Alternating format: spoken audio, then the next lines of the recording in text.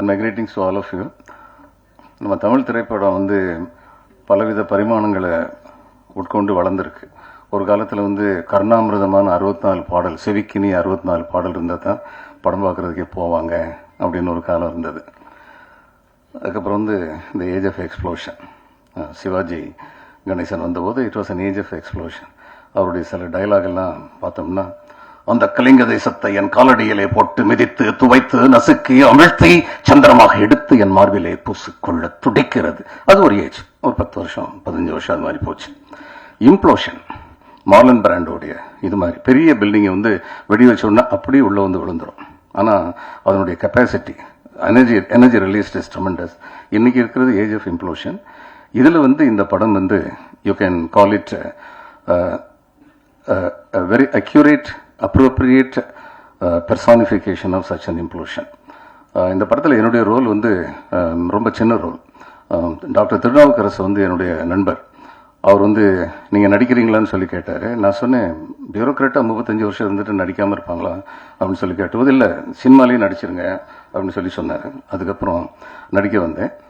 What I really was impressed was the liberty given by the producer to the team, and then the team under Mr. Subramanian, the energy with which they worked, and the young boy who has turned to be a young man, I have seen his acting.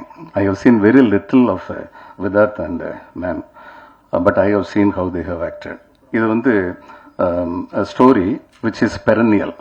அதாவது சட்டத்திற்கும் நியாயத்திற்கும் இடையில் நடக்கிற போராட்டம். சட்டம் நியாயத்தை பரிந்துரைக்கவில்லை என்றால், நியாயத்தின் பக்கம் நிற்கவில்லை என்றால் என்ன நடக்கும், சமுதாயத்தில் என்ன நடக்கும் அப்படிங்கிறது வந்து ஒரு பெரனியல் யுத்தம். அதை ரொம்ப அழகா இன்னைக்கு உள்ள ஒரு இஷ்யூ, கான்டெம்பரரி இஷ்யூ வச்சு அழகா எடுத்திருக்காங்க.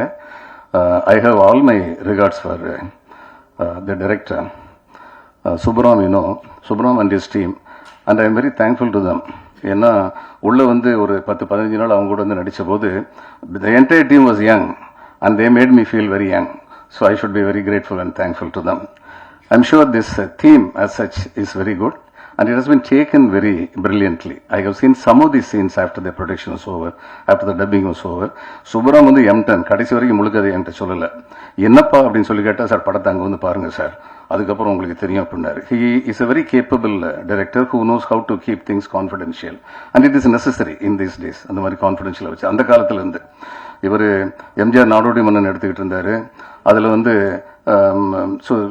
கை குலுக்கிற காட்சி ஒன்று வந்துருச்சுன்னு பயந்துட்டார். உத்தமபுத்திரன்ல வந்து யாரோ சீட்ல இருந்து இது லீக் பண்ணிட்டாங்கன்னு பயந்துட்டார். அதனால வந்து செட்டில் யாரையுமே உள்ள விடாம படம் எடுத்துக்கிட்டு இருந்தாருன்னு சொல்லுவாங்க.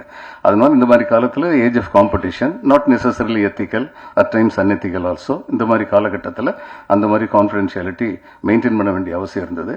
I was impressed with the dedication with which the team worked and the liberty and independence given by the producer. அந்த காலத்து மொழி ஒன்று சொல்லணும்னா, இப்படை தோற்கின் எப்படை வெல்லும். My all best wishes to all of you.